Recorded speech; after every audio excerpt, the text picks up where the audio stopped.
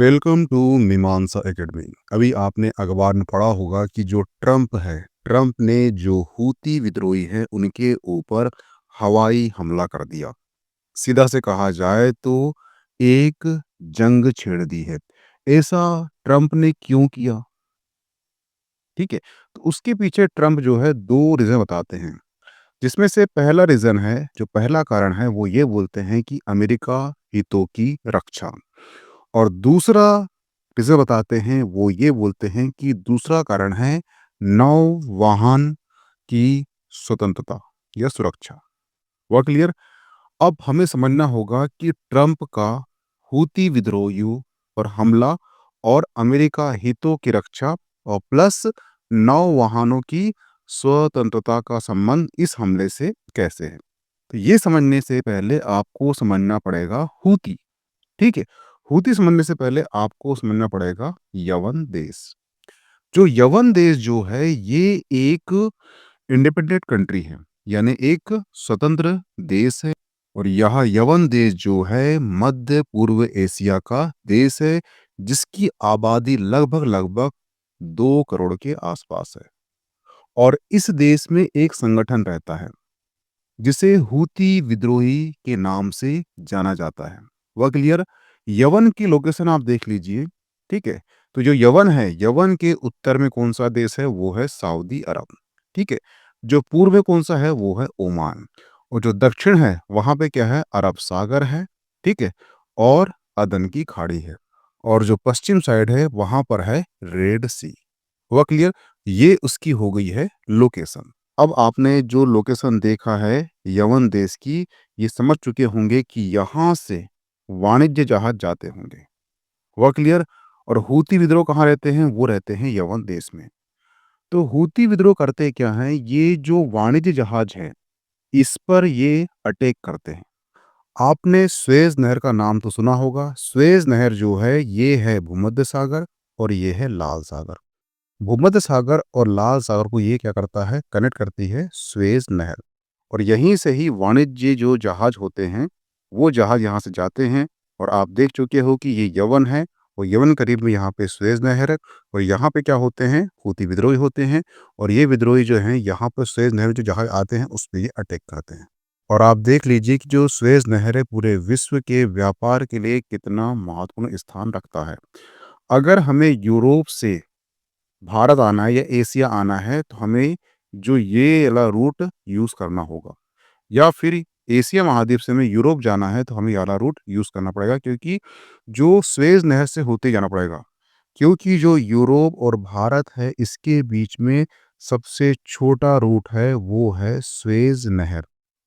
क्या होता है, अगर आप यूरोप से निकल रहे हो तो यूरोप से पहले कहाँ आओगे? वो आओगे भूमध्य सागर में आओगे। उसके बाद आपको मिलता है क्या? स्वेज नहर मिलता है। और स्वेज नहर के बाद आपको मिलता है लाल सागर। लाल सागर के बाद आपको मिलता है ये हिंद महासागर। और इस प्रकार से आप पूरे एशिया महाद्वीप में पहुंच जाते हो या भारत में पहुंच जाते हो।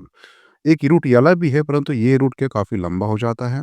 अगर देखा जाए तो स्वेज नहर होने के कारण जो यूरोप है और जो एशिया महाद्वीप है उसके बीच में जो व्यापारिक मार्ग है सबसे छोटा और सुगम हो जाता है।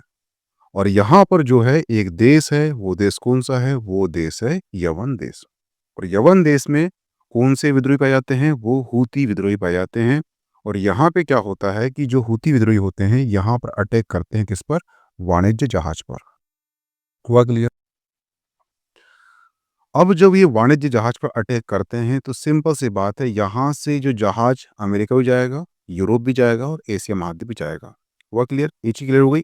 इसके बाद आप देखना कि जो ये यहाँ पर अटैक हो रहा है तो पूरे विश्व की जो आपूर्ति श्रृंखला है वो क्या हो जाएगी? वो हो जाएगी, बाधित हो जाएगी।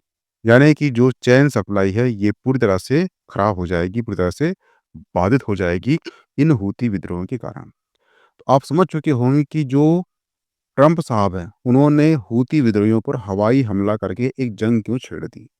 और क्लियर? अब सवाल ये उठता है कि वर्तमान में जो हूती विद्रोही हैं ये झटपटा क्यों रहे हैं। एक्चुअली इसकी कहानी शुरू होती है हमास से। हमास जो है इजराइल पर अटैक करता है। वह क्लियर? इजराइल कसम खाता है कि मैं हमास को नस्त नाबूद कर दूंगा। और जो इजराइल है इसलिए वो गाजा पट्टी पर अटैक करता है। हुआ क्लियर? जब गाज़ा पट्टी पे अटैक करता है तो उसके सपोर्ट में हूती विद्रोही आ जाते हैं। हुआ क्लियर? हूती विद्रोही आ जाते हैं, इसके बाद क्या होता है कि अभी कुछ समय पहले, यानी कुछ समय पहले ही क्या हुआ है कि जो इज़राइल है और जो फ़िलिस्तीनी हैं, उनके बीच में शांति समझौता हो चुका है, ये सभी आपने पढ़ा होगा। लेकिन उसी बीच में क्या हुआ है कि हूती विद्रोह ने वर्तमान में जो जहाज है, कहाँ पर? सुएज़ कैनाल में जो जहाज आते हैं, उन्हें वो फिर से वहाँ पर अटैक करना उन्होंने शुरू कर दिया है। अब जैसे-तैसे क्या हुआ था, शांति समझौता हो रहा था, ठीक है? उस बीच में हूती विद्रोह ने कहाँ अटैक कर दिया? वो जहाज़ों पे अटैक कर दिया।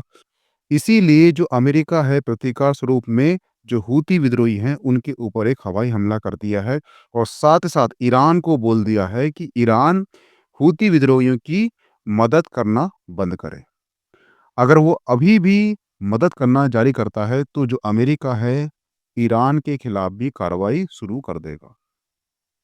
ईरान ने बोला है कि हमें हूती विद्रोही से मतलब नहीं है, ये अपना फैसला खुद लें। और हूती विद्रोह ने कह चुका है कि हमने अपना फैसला ले चुका है, हम जो है अमेरिका से बदला लेंगे। हुआ क्लियर? तो आपको समझ में आ चुका होगा कि जो वर्ल्ड की डिप्लोमेसी या जियोपॉलिटिक्स कैसी होती है। तो इन सब का अर्थ क्या होता है? इन सब का अर्थ ये निकलता है कि जो मध्य एशिया है, मध्य एशिया एक जंग का मैदान या जंग का अखाड़ा बन चुका है और हम जो हैं विश्व शांति को पीछे छोड़ते जा रहे हैं। ये जो टॉपिक है, ये टॉपिक से आपकी यूपीएससी का जो प्री है, वहाँ से क्वेश्चन बनता है, संभावना रहती है। इसलिए ये जो टॉपिक है आपके यूपीएससी की प्री की दृष्टि से काफ़ी महत्वपूर्ण है। ठीक है? ये टॉपिक समाप्त होता है। मिलते हैं नेक्स्ट टॉपिक में। Okay, thanks.